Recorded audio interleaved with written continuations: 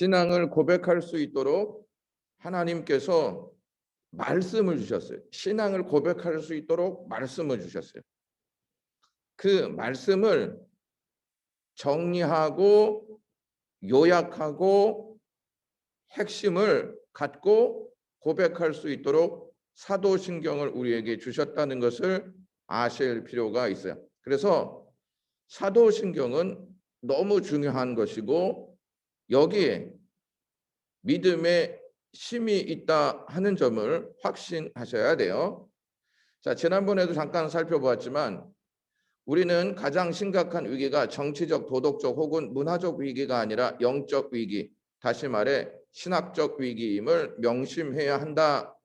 이렇게 마이클 호튼 목사님이 언급했습니다.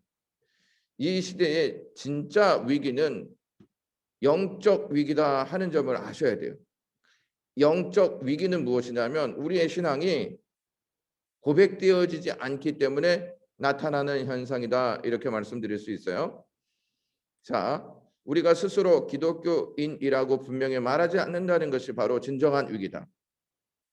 기독교인이라고 분명히 말하지 않는다는 것이 진정한 위기다. 이 말은 우리가 신앙 고백에 대한 분명한 의식 없이 살아간다는 게 위기라는 거예요.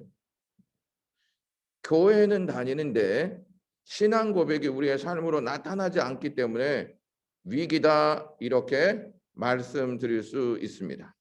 자, 지난번 내용들을 잠깐 살펴보시면서 복습하겠습니다. 칼빈도 기독교 강요를 썼는데 사도신경 순서에 따라서 저술했습니다. 그만큼 사도신경 신앙 고백이 너무 중요하다 하는 것을 종교개혁 당시 때에도 인식하고 있었다는 뜻입니다. 자, 우리가 이제 마지막으로 후반부에 가서 8번인가 7번서부터 살펴볼 텐데 그 외아들 우리 주 예수 그리스도를 믿사오니 이 두 번째 문장은 세 가지를 기억해 볼 필요가 있다 제가 말씀드렸어요. 하나는 예수님은 하나님의 유일하신 아들이다 하는 거예요. 예수님 이외에 또 다른 아들이 있는 게 아니고 유일한 아들, 하나님과 독특한 관계에 있는 아들이다 하는 것이고, 두 번째는 예수님은 우리의 구주시다. 이 구주라는 말, 이 부분을 조금 더 이 파워포인트 지나감에 따라서 한번 생각해 보겠습니다. 그런 다음에 예수님은 그리스도다 하는 부분, 이 세 가지.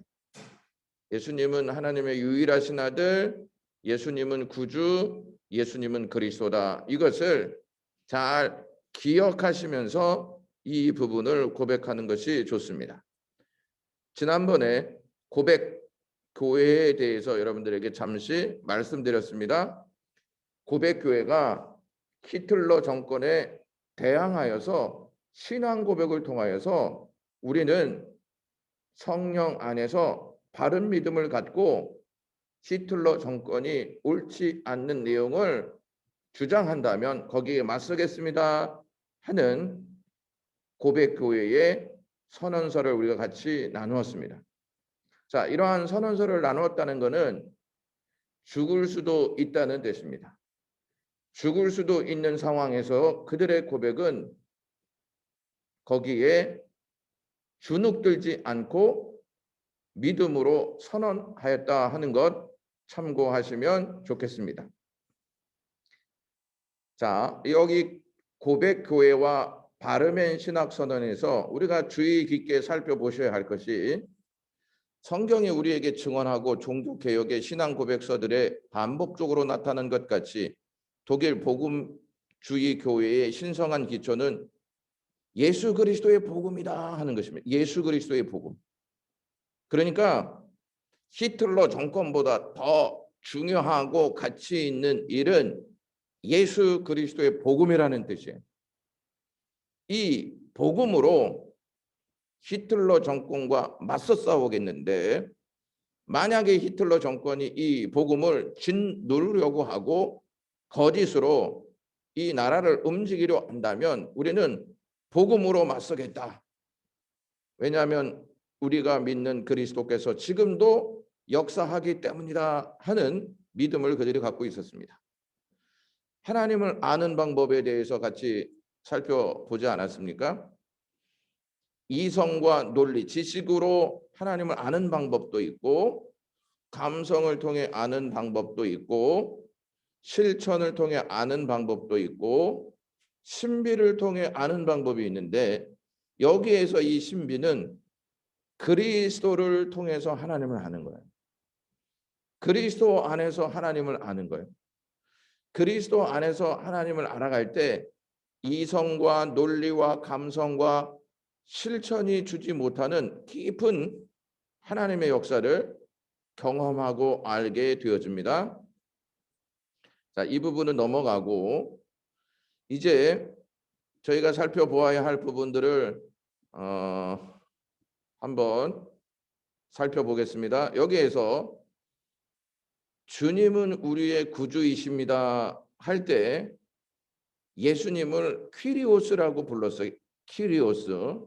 이 퀴리오스는 왕과 신하가 관계를 맺을 때 신하가 왕을 퀴리오스라고 부르고, 집에 주인이 있고 종이 있지 않습니까? 그때 종이 주인에게 퀴리오스라고 불렀고, 그때 당시에 남편과 아내가 있었는데 아내가 남편을 호칭할 때에도 퀴리오스 이렇게 불렀어요. 그러니까 당신은 나의 주인이십니다 하는 고백을 이 퀴리오스라는 단어를 통해서 알 수 있습니다. 하지만 성경에서 말하고 있는 이 퀴리오스는 수평적인 관계를 통하여서, 즉 사람과 사람 관계를 통해서 나타나는 게 아니고 수직적인 관계, 즉 하나님과의 관계를 통해서 이 호칭이 불리어진다는 것입니다. 자, 하나님께서 이스라엘 백성들에게 야, 내 이름을 망령되이 부르지 마 이렇게 말씀하였습니다. 함부로 부르지 말라는 거예요. 의미를 알지 못하고 그냥 부르지 마 이러한 말씀이에요. 그래서 이스라엘 백성들은 여호와라는 단어를 히브리 말로 야훼 이렇게 호칭했습니다. 야훼라고 쓰면서 발음은 아도나이라고 해서 되게 복잡하죠. 아니 여호와면 여호와였지 무슨 야훼라고 또 하고 발음은 아도나이라고 할까? 그만큼 이스라엘 백성들은 하나님을 부를 때 아주 신중하게 불렀다는 거예요. 그러니까 지금 이 시대에 우리가 쉽게 오 마이 갓, 잠깐만요. 소리가 안 들린다고요?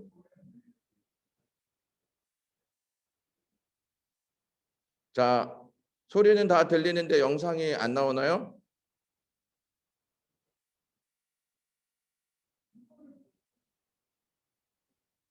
자, 그러면은 거기 그 비디오라는 그 부분을 이렇게 딱 한번 터치해 보시면 좋을 것 같은데.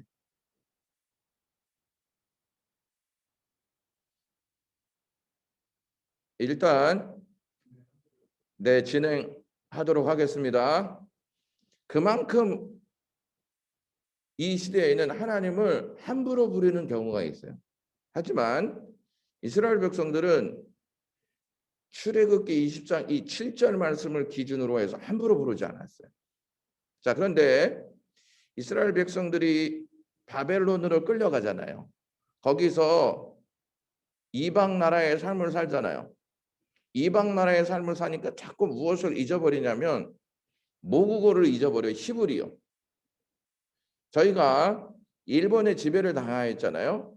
그러면 어린 아이들은 자꾸 모국어를 잊어버려요. 일본말을 배우잖아요. 이것처럼 이스라엘 백성들도 자꾸 모국어인 히브리어를 잊어버리는 거예요. 그래서 성경을 보는데 매우 애를 먹었다는 것이죠.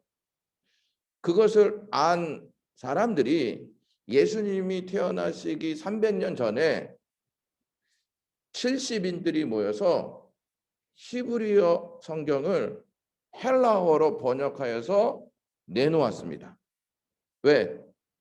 그 다음 세대도 같이 계속 볼 수 있도록 하기 위해서 히브리어 성경을 헬라어로 번역하여서 내놓았습니다. 그때 이 아도나이라는 단어를 퀴리오스라고 바꾸어서 기록하였습니다. 아도나이는 히브리어, 퀴리오스는 헬라어예요. 그러니까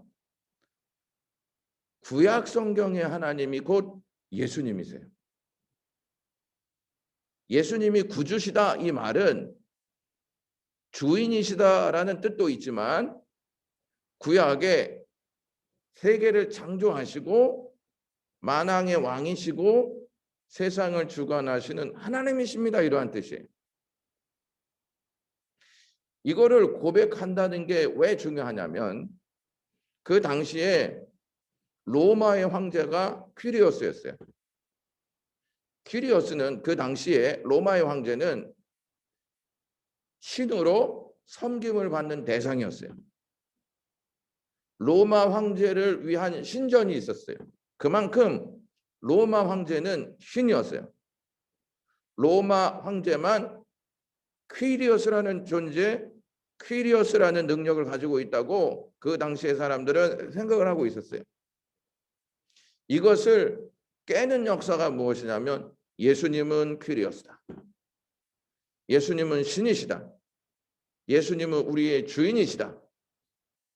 그러니까 로마 사람들이 가만히 있겠냐 하는 거예요. 가만히 있을 수 없죠.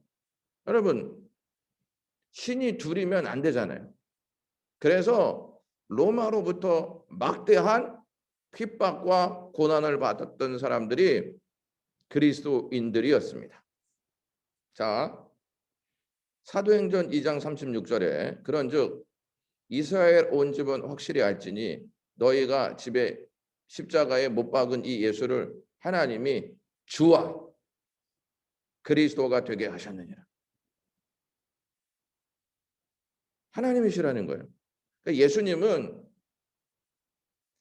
신약 당시에만 존재하시는 분이 아니고 이미 하나님과 함께 존재하셨다는 분.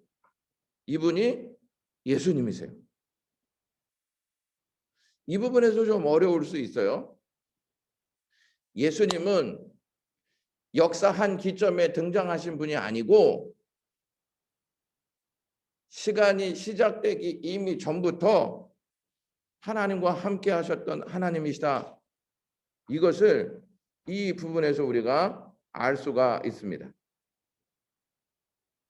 자, 그래서 그 당시에 이스라엘 사람들이 내가 그리스도인이요 이거를 신호를 통하여서 서로 나누었다고 제가 말씀드렸죠. 익수스, 익투스 이렇게 이야기하는데 이 뜻이 무엇이냐면 예수는 그리스도이시고 하나님의 아들로 구원자이십니다. 이런 뜻입니다. 자, 그러니까 우리가 그 외아들 우리 주 예수 그리스도를 믿사오니 하는 이 대목 있죠. 이 문장을 아주 핵심적으로 했던 단어가 익수스 이 단어예요. 그러니까 우리는 그리스도인인데 우리가 누구냐면 예수를 그리스도로 모시고 예수를 하나님의 아들로 믿고 예수님을 구원자로 믿는 존재입니다. 이런 뜻이에요. 신분이 우리는 그런 신분이라는 뜻이에요. 여러분, 우리가 지금 이 세상을 살아갈 때 당당하게 우리는 예수님을 그리스도, 예수님을 하나님의 아들, 예수님을 구원자로 믿고 고백하고 있는지를 잘 점검하실 필요가 있어요. 자, 로마 당시에 그 로마 정권이 자꾸 그리스도인들의 그 믿음을 박해하자 이 사람들이 불로 들어갔다고 말씀드렸죠. 카타콤. 이곳에 들어가서 예배하는 장소를 만들어서 거기에서 공식적으로 하나님 앞에 예배드렸어요. 그런데 스파이라는 존재가 이 공동체를 모함하고 이 공동체를 파하기 위해서 들어오지 않습니까? 한 번 들어오면 스파이는 대부분 나가지 못했다 그래요. 왜? 통로를 방향을 어디인지 알지 못하기 때문에 나갈 수가 없는 거예요. 근데 여기에 살았던 그리스도인들은 방향을 알고 있었어요. 그 모양이 머리 고기의 머리 그 부분 있죠. 그 머리 부분을 따라가면 교회가 있었고 예배드리는 장소가 있었고 그 머리를 따라가면 출구가 나왔다는 것을 역사적인 기록을 통해서 알 수가 있습니다. 여러분, 초대교회 당시에 예수 그리스도에 대한 논쟁이 굉장히 크게 대두됐어요. 예수는 누구냐 이거예요. 예수는 왜 이게 대두됐냐면 여러분 유대인들은 예수님을 믿어야 안 믿어요? 예수님 안 믿어요. 유대인들 성령님 믿을까요? 안 믿을까요? 안 믿어요. 유대인들은 일신론이에요. 일신론. 하나님은 한 분밖에 없다. 하나님은 한 분밖에 없는데 왜 예수를 말하고 왜 성령을 말하냐 이거예요. 그래서 유대인들은 예수를 하나님의 아들로 인정하지 않았고 하나님과 같은 언급을 하시고 하나님과 같은 행동을 하자 유대인들이 예수님을 죽이기로 작정했던 거예요. 네가 감히 신성 모독을 해? 그래서 예수님을 죽이려고 했던 거예요. 이러한 사상들이 이스라엘이 갖고 있었던 사상들이었어요. 그러니까 예수님을 배격하고 예수님을 거부하는 것이죠. 그 사람들 중에 이러한 사람들이 있었어요. 예수님은 하나님의 예언자로서 위대한 사람이다. 그냥 하나님이 보내신 예언자다. 하나님이 보내신 그냥 선지자야. 그 이상은 아니야. 신도 아니고 믿음의 대상도 아니라는 사상이 짙게 깔려져 있었어요. 그래서 여러분 바울이 회당에 들어가서 막 예수님 이야기를 하잖아요. 그러니까 유대인들이 이 바울을 쫓아냈던 거예요. 이 이단 사상을 갖고 있는 존재야. 어디 이 회당에 들어와서 신성모독을 하는 거야. 이렇게 바울을 취급했다는 사실이죠. 자, 여러분 바울은 유대인이었어요? 아니었어요? 바울은 유대인이었어요? 아니었어요? 유대인이었죠. 바리새파인이었다 이렇게 얘기하고 이 바울은 신약 성경이 아닌 구약 성경에 아주 능통했던 인물이었어요. 그 당시에는 신약 성경이 없었잖아요. 그래서 이 바울은 예수 믿는 사람들 다 쳐 죽이기로 작정했던 거예요. 이단자이기 때문에 그래요. 구약 성경에 능통한 사람들은 예수님을 인정하지 않아요. 오직 하나님 한 분만 인정하지.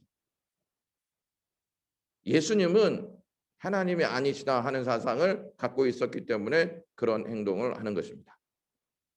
그래서 그 당시에 여러분 여기에 보시면 아리우스라 하는 사람이 그가 존재하지 않았던 때가 있었다. 누가? 예수님이 존재하지 않았던 때가 있었다.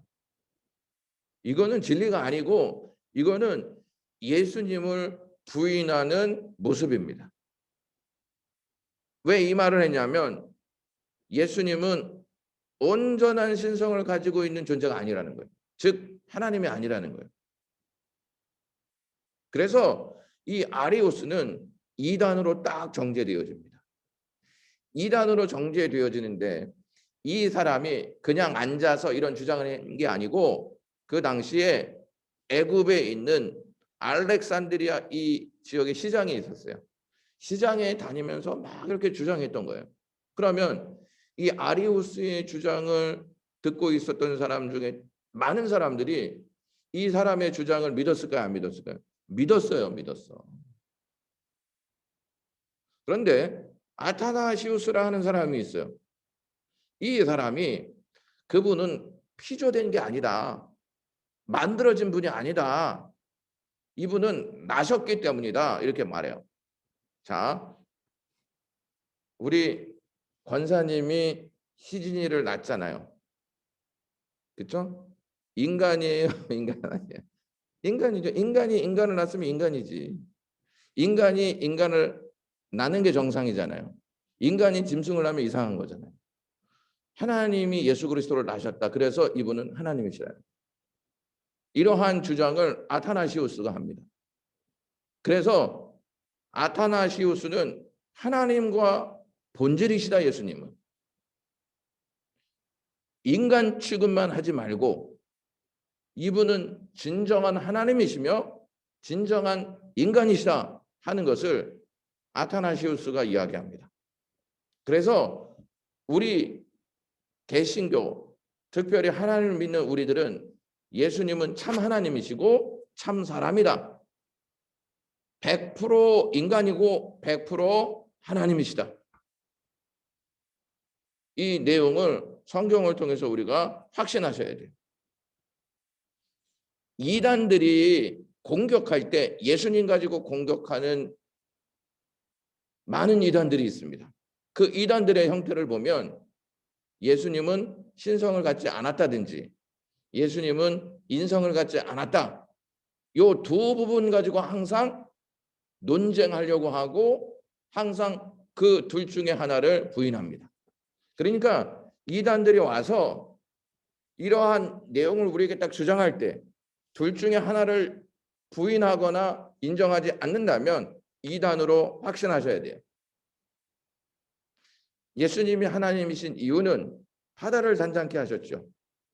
구약 성경에 하나님이 육신을 입고 이 땅에 오시면 그 하나님께서 바다를 잔잔케 하신다. 이 내용이 시편에 기록되어 있어요.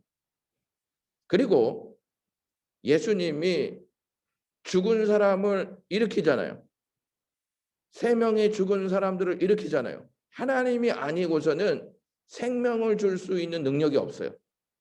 그리고 결정적인 거는 예수님이 하나님이셨기 때문에 죽음을 이기시고 살아나신 거예요.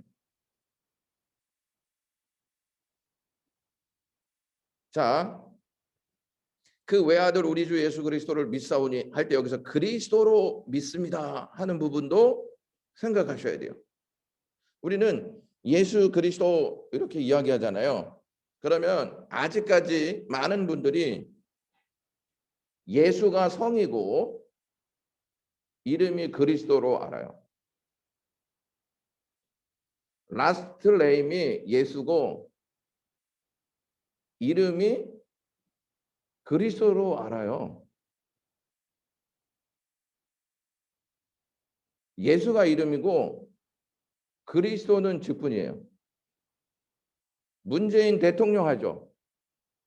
문재인은 이름이고 대통령은 직분이에요. 마찬가지로 예수는 이름이고 그분은 그리스도예요. 그 그리스도가 뭐냐면 하나님의 기름 부음을 받은 아들이란. 그래서 여러분 이 그리스도가 기름 부음을 받은 자라고 얘기하잖아요. 몇 가지 직분이 있죠? 구약 당시엔 3 직분이에요. 왕, 선지자, 제사장. 하나님이 기름 붓지 않으면 하나님의 종들이 아니었습니다. 그래서 여러분 잘 들으실 게 뭐냐면 구약 성경은 왕의 이야기가 나오죠. 열왕기 상하, 역대 상하, 사무엘 상하. 왕에 대한 이야기가 나와요. 그런 다음에 선지자 이야기가 나와요. 이사야 선지자, 에레미야 선지자, 선지자가 쓴 내용들이 나오죠. 그런 다음에 모세오경 중에서 제사장 이야기가 딱 등장합니다. 그러니까 구약 성경은 제사장 이야기, 왕 이야기, 선지자 이야기예요. 왕과 선지자와 제사장이 동일하게 기름 부음 받을 메시아가 올 것이다. 이걸 다 예언했어요. 그러니까 구약 성경에 있는 왕, 선지자, 제사장은 장차 오실 그리스도의 모형들이에요. 그림자들이에요. 왕은 나라를 통치하죠.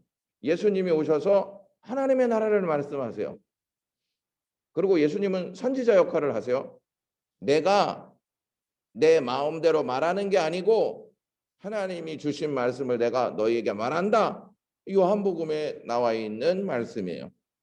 그리고 제사장이라는 뜻, 제사장이라는 뜻은 하나님과 사람을 연결시켜주는 자라는 뜻이 있어요. 하나님과 백성을 연결시켜주는 역할을 누가 하셨냐면 예수님이 하셨어요. 그래서 이 땅에 유일한 중보자는 한 분밖에 없는데 그분이 예수 그리스도이시다, 이것을 말씀하세요. 자, 사도행전 2장 36절, 그런즉 이스라엘 온 집은 확실히 알지니 너희가 십자가에 못 박은 이 예수를 하나님이 주와, 아까 구주 이야기했죠, 그리스도가 되게 하셨느니라, 이렇게 얘기해요. 이거를 사도들이 지금 이스라엘 땅에서 선포하고 있는 거예요. 니네 잘못 알고 있어. 니네 예수가 그냥 단순히 요셉의 아들인지 알고 있지. 그게 아니야. 예수는 하나님이 주와 그리스도로 우리에게 보내신 하나님의 아들이야. 이걸 선포하고 있는 거예요. 죽을지언정 나는 이것을 말하겠다는 뜻입니다. 죽을지언정. 그러니까 이 사람들은 심장을 꺼내놓고 이러한 고백을 하고 있는 거예요. 너희들이 죽인 예수가 하나님이 주와 그리스도 되게 하신 하나님의 아들을 죽이신 것이다. 이렇게 심장을 꺼내놓고 고백하고 있는 것입니다. 자, 사도행전 5장 42절 보시면 그들이 날마다 성전에 있든지 집에 있든지 예수는 그리스도라고 가르치기와 전도하기를 그치지 아니하였다. 여러분, 이 사도들의 메시지의 핵심은 예수님이에요. 예수님. 그 예수님이 누구냐면 우리를 인도하시고 우리의 삶의 주인이시고 기름 부음을 받은 왕이요 선지자요 제사장이시다. 이거를 가르쳤단 말이에요. 이거를. 그리고 가르친 다음에 뭐였어? 전도하기를 그치지 않았다. 자, 이 사도들이 왜 이렇게 다 같이 하나의 주제를 갖고 이야기하죠? 신앙 고백과 가르침이 똑같아요, 달라요? 똑같아요. 똑같아. 똑같은 그 신앙 고백을 삶 속에서 그대로 행하고 있는 거예요. 죽을지언정. 여러분, 우리가 이 코로나 이 시대를 살아갈 때 앞으로 더하면 더하겠지 덜하지는 않을 것이지만 예수 믿는다는 게 점점 힘들어질 것입니다. 그래서 전문가 입장에서 볼 때 시진이 시수 또래는 더 힘들 거예요. 그만큼 기독교에 대한 인식이 너무 안 좋아졌기 때문입니다. 따라서 신앙이 바로 서 있지 않고 신앙 고백이 제대로 되어 있지 않으면 다 교회에서 떠날 가능성이 매우 높습니다. 그러니까 우리가 지금 자녀들에게 가르쳐야 할 것이 무엇이냐면 예수 그리스도를 바로 가르치는 게 굉장히 중요합니다. 이 땅에서 잘 사는 것 중요하지만 영원히 살 그 하나님의 나라를 위해서 예수 그리스도를 분명하게 가르칠 수 있어야 돼요. 오늘 이 내용을 들으시는 우리 집사님, 권사님들 또 청년들이 예수 그리스도 이 부분에 대해서 한번 질문을 해보세요. 얼만큼 잘 알고 있는지. 이 부분이 성경에 있음에도 불구하고 우리는 이 내용을 잘 알지 못하고 고백한다는 것입니다. 예수님이 왕으로 오셨잖아요. 그래서 유대인의 왕이라는 죄목으로 예수님이 십자가에서 돌아가셨어요. 자, 예수님이 이렇게 얘기하세요. 하나님의 나라를 이야기하세요. 왜? 왕이기 때문에 그래. 왕이기 때문에. 왕은 나라를 줄 수도 있고 빼앗을 수도 있어요. 그런 권세가 있어요. 예수님은 왕이세요. 그러니까 우리가 고백하는 예수님은 왕이세요. 왕. 이 왕을 부끄러워한다면 우리는 왕의 백성이 아닌 거예요.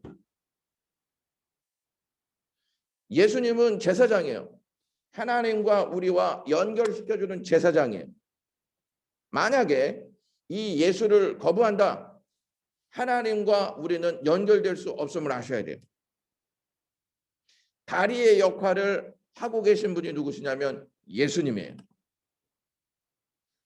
예수님을 잘 모르면 이 길로 가지 않아요.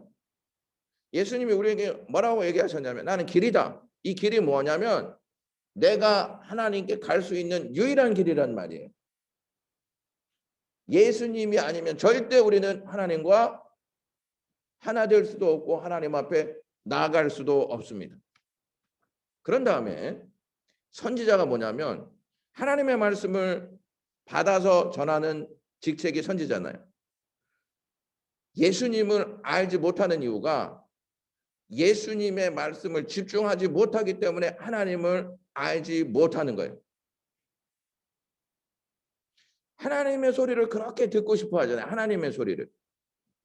하나님의 소리는 예수 그리스도가 말씀하시는 소리예요. 그게 하나님의 소리인 거예요. 따라서 예수님을 거부한다? 하나님이 말씀하시는 말씀을 거부한다는 뜻이에요. 그래서 예수 그리스도에 대한 부분이 얼마나 중요한지 아셔야 돼요. 자, 한번 정리해 보겠습니다. 유대인들은 예수님을 구원자라고 인정하지 않아요. 예수님이 그리스도로 오셨다는 것을 인정하지 않는다는 말이에요. 그래서 그들은 지금도 메시아를 기다리고 있어요. 되게 이상하죠. 자, 전 세계에 흩어져 있는 유대인들이 한 1,500만 명이 된다 그래요. 흩어져 있는 유대인들. 이스라엘 땅에 있는 유대인들이 아니고 전 세계에 흩어져 있는 유대인들이 1,500만 된다고 하는데 여기에 2%만 예수님을 믿는다 그래요. 2%. 그 2%면 몇 명이죠? 시제나? 1,500만 명에서 2%면 패스해? 패스하라고 사인이 왔습니다. 아주 적은 수잖아요. 근데 지금 유대인들의 상황을 보면 조금씩 그리스도에 대한 인식이 달라지고 있다고 합니다. 그다음에 여러분 이슬람교 있죠. 이슬람교. 이슬람교는 예수가 그냥 예언자라는 거예요. 사람 중에 한 사람이라는 거예요. 하나님은 아니라는 거예요. 이 이슬람교도 오직 알라만 하나님, 그 이외에는 아무것도 믿지 않아요. 자, 그러면 예수님 사람이니까 부인하는 거고 성령님 믿어요, 안 믿어요? 이슬람 안 믿어요. 유대교하고 거의 비슷합니다. 자, 이 이슬람이 이렇게 얘기해요. 아브라함, 모세, 예수를 거쳐 이슬람의 창시자인 모하메드가 참 메시아로 주장된다. 그러니까 예수님은 하나님이 보내신 진정한 메시아가 아니고 누가 메시아라는 거예요? 모하메드가 메시아라는 거예요. 그러니까 이 이슬람은 누구를 싫어할까요? 기독교를 엄청 싫어하는 거예요. 그래서 핍박의 대상이 누구냐면 기독교인들입니다. 여러분, 이 아시아 있는 나라들 보면 대표적인 이슬람 국가가 인도네시아예요.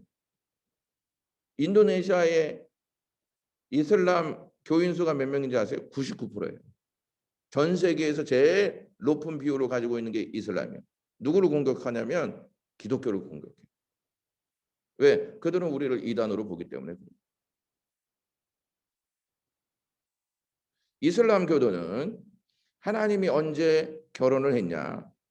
만약 하나님에게 아들이 있다면 하나님의 아내는 누구냐? 이렇게 조롱해요. 그러면 하나님의 역사를 모르는 사람은 그 사람들의 말이 맞잖아요. 그 사람들의 말이 맞잖아요. 하나님에 대해서 잘 알지 못하는 사람들은 이 말이 맞다고요. 아들은 있는데 엄마가 어디 갔냐 이거죠. 그래서 기독교를 조롱하는 거예요. 이렇게 해서 거짓된 교리들을 계속해서 내세우니까 우리는 하나님의 말씀으로 늘 굳건히 설 수 있는 신앙 고백이 필요하다는 것입니다. 자, 여기서부터 좀 잘 보셔야 하는 게 뭐냐면 제자들이 어떻게 하여야 하나님의 일을 하오리까 이렇게 얘기해요. 이 말은 무슨 말이냐면 누가복음 6장에는요. 예수님이 오병이어의 기적을 딱 행사하세요. 그러니까 이 무리들이 이걸 딱 보고 예수님은 우리의 왕이 되셔야 된다. 왜? 먹을 거 주니까. 여러분 우리는 지금 삼시세끼를 먹잖아요. 그 당시에는 한 끼 아니면 두 끼예요.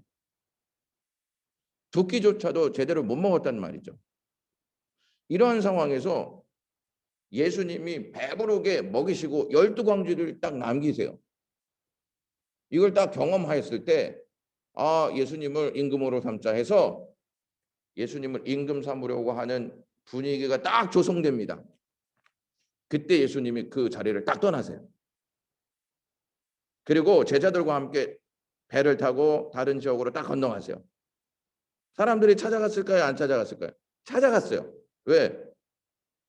예수님을 찾아야 우리의 배가 채워질 수 있기 때문에 그런 거예요. 그래서 예수님이 야, 너희들이 왜 나를 찾는지 난 다 안다. 너희들의 배를 채우기 위해서 나를 찾잖아.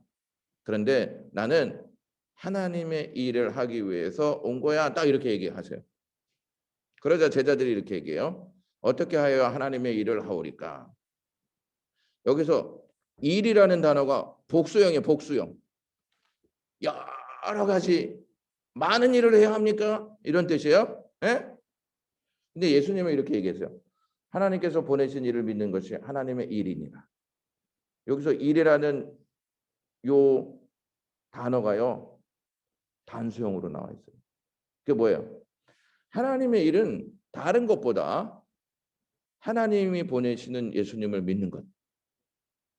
이게 하나님의 일이라는 거예요. 근데 보통 보면 먼저 일을 시켜요. 교회에 와서 일을 시킨 다음에 잘하면 이 사람 일꾼이다. 이렇게 생각을 해요. 주님이 말씀하시는 하나님의 일과 교회에서 말하는 하나님의 일이 왜 다를까요? 하나님의 진짜 일이 뭔지를 잘 모르기 때문에 그래요.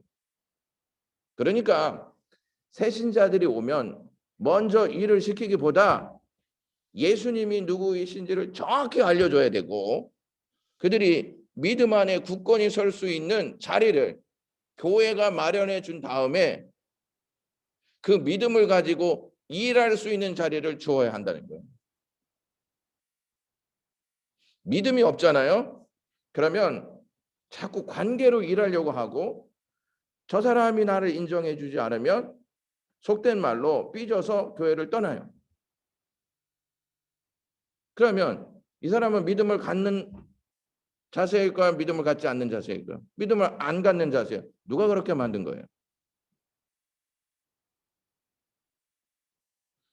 적어도 6개월 이상은 교회에서 말씀 교육을 제대로 받아야 돼요.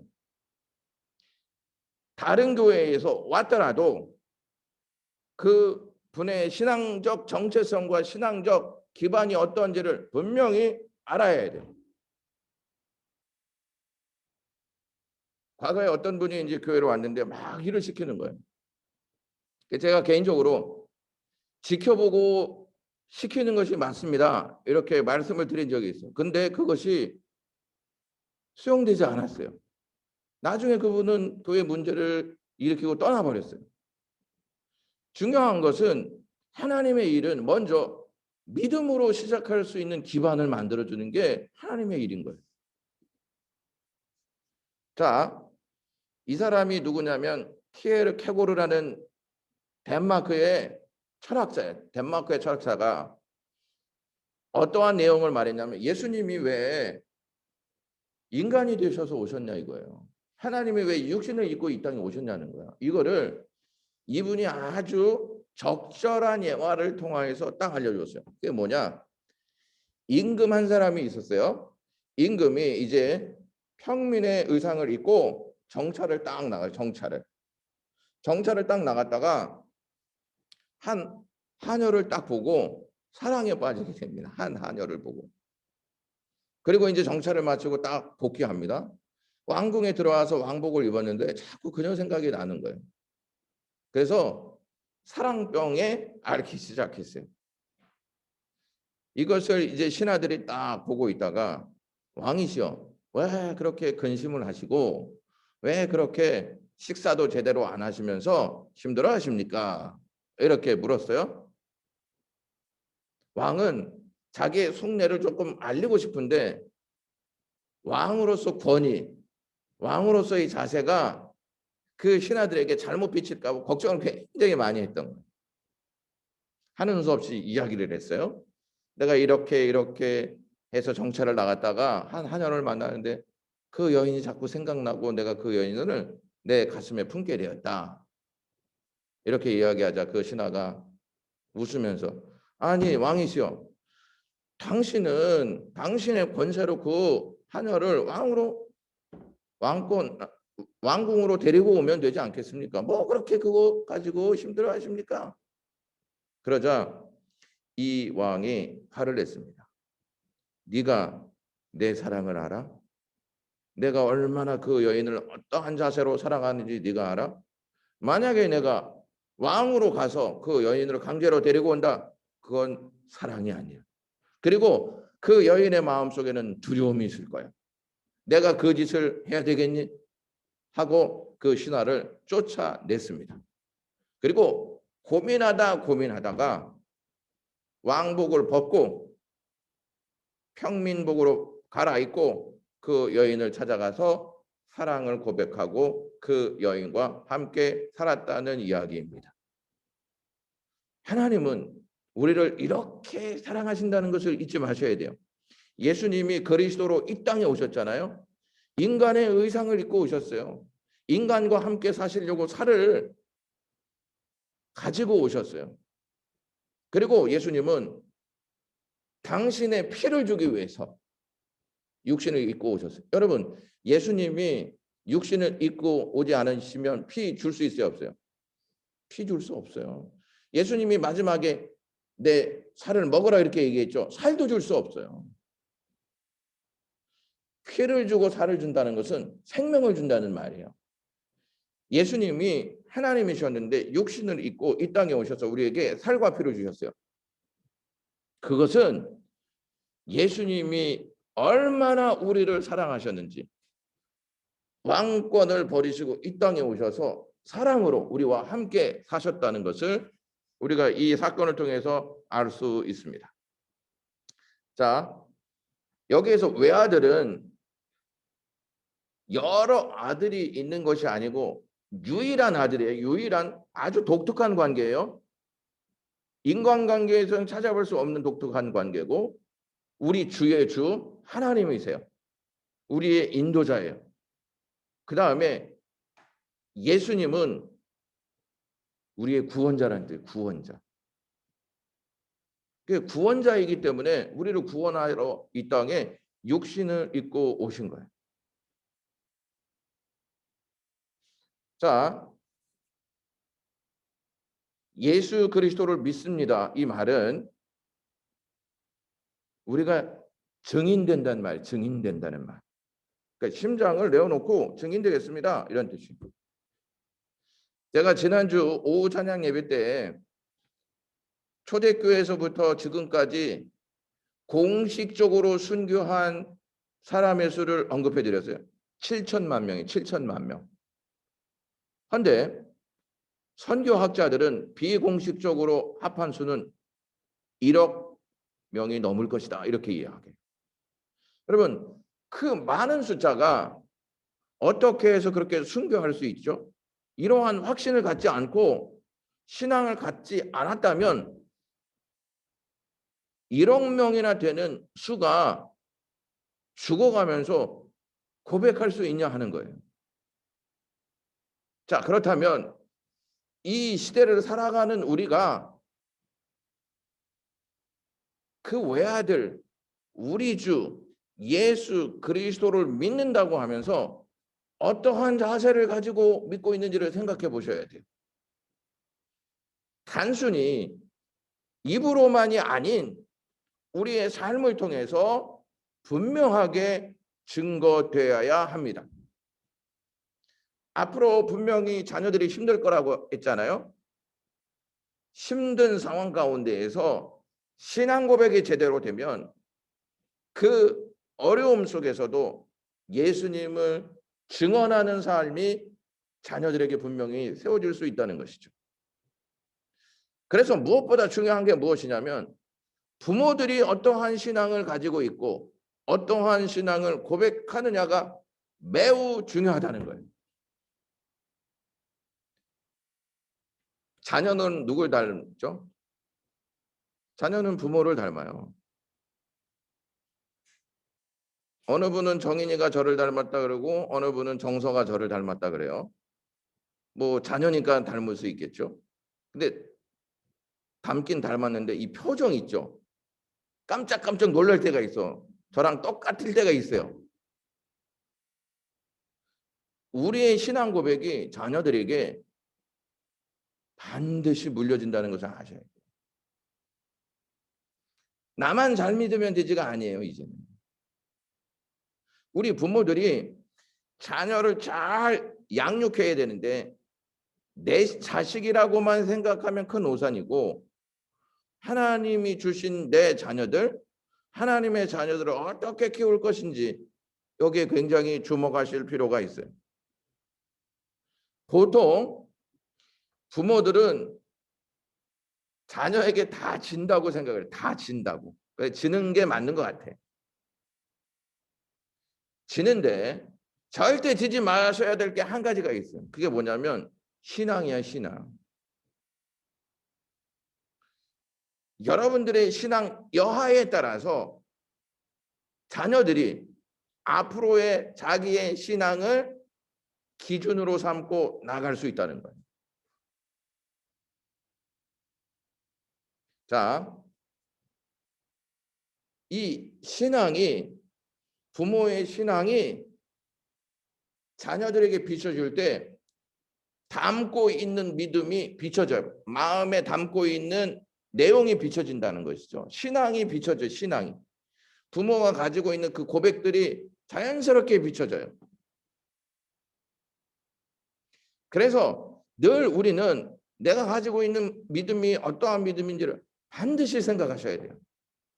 반드시 생각하시면서 나는 지금 신앙생활을 하면서 어떠한 부분을 세상과 타협하고 있는지를 생각하셔야 돼요.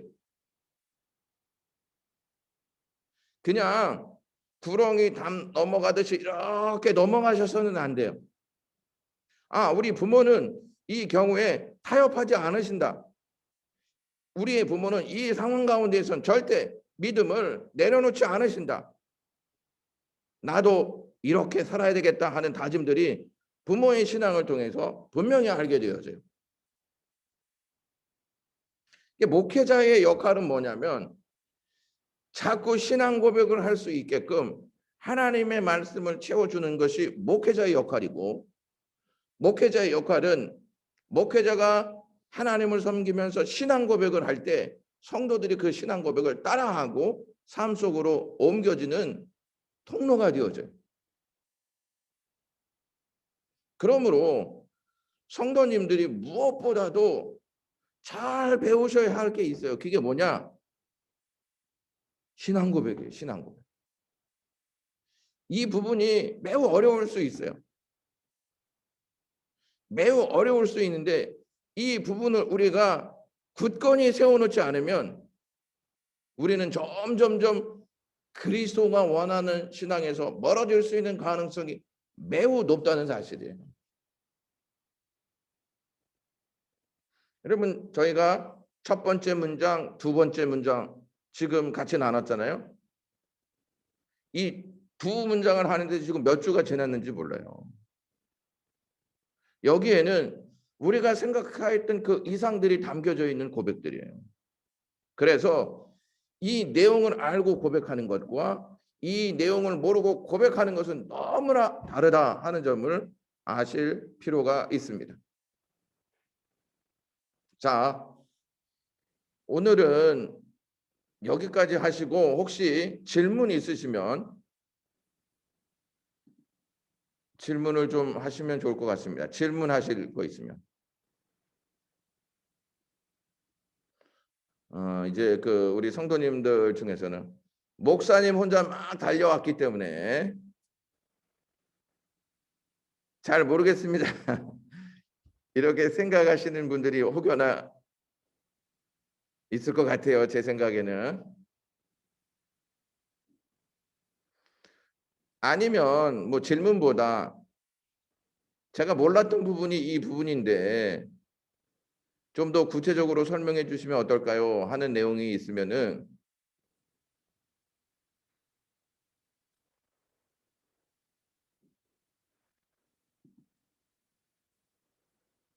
좋을 것 같습니다.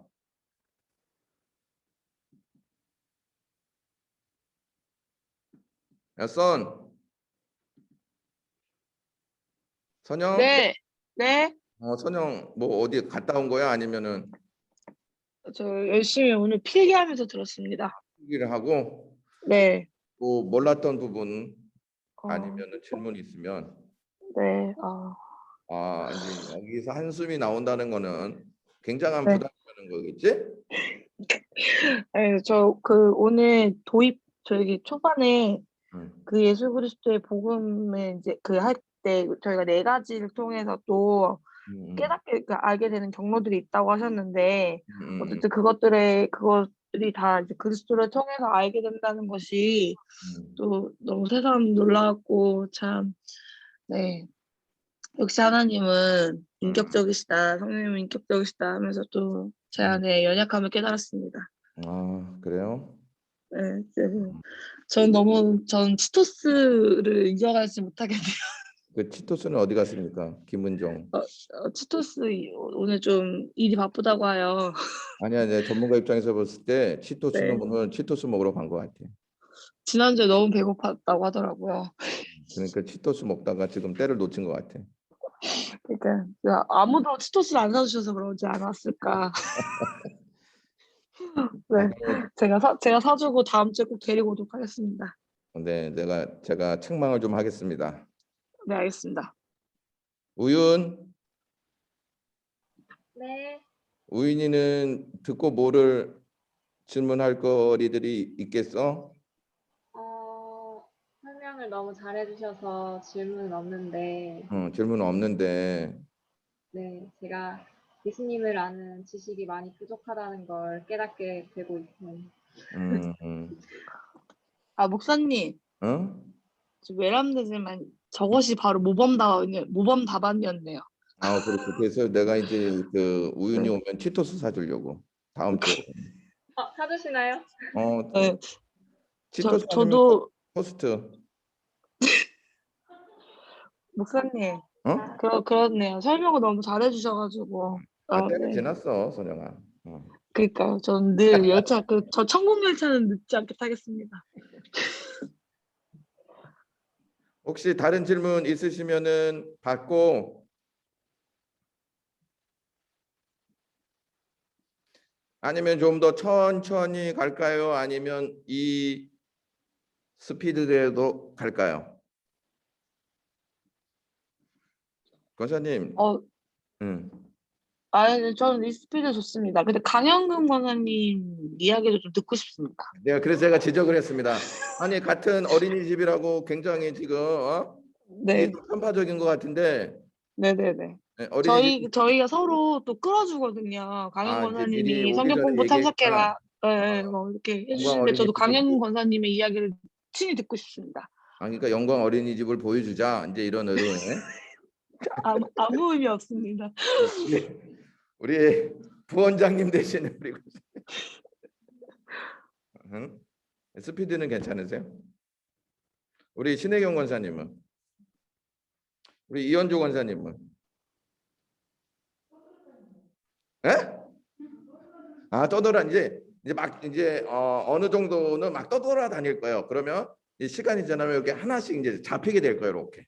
예. 예, 안 잡히면 제가 총을 쏴서라도 그거를 잡아서 우리 권사님께 드리겠습니다.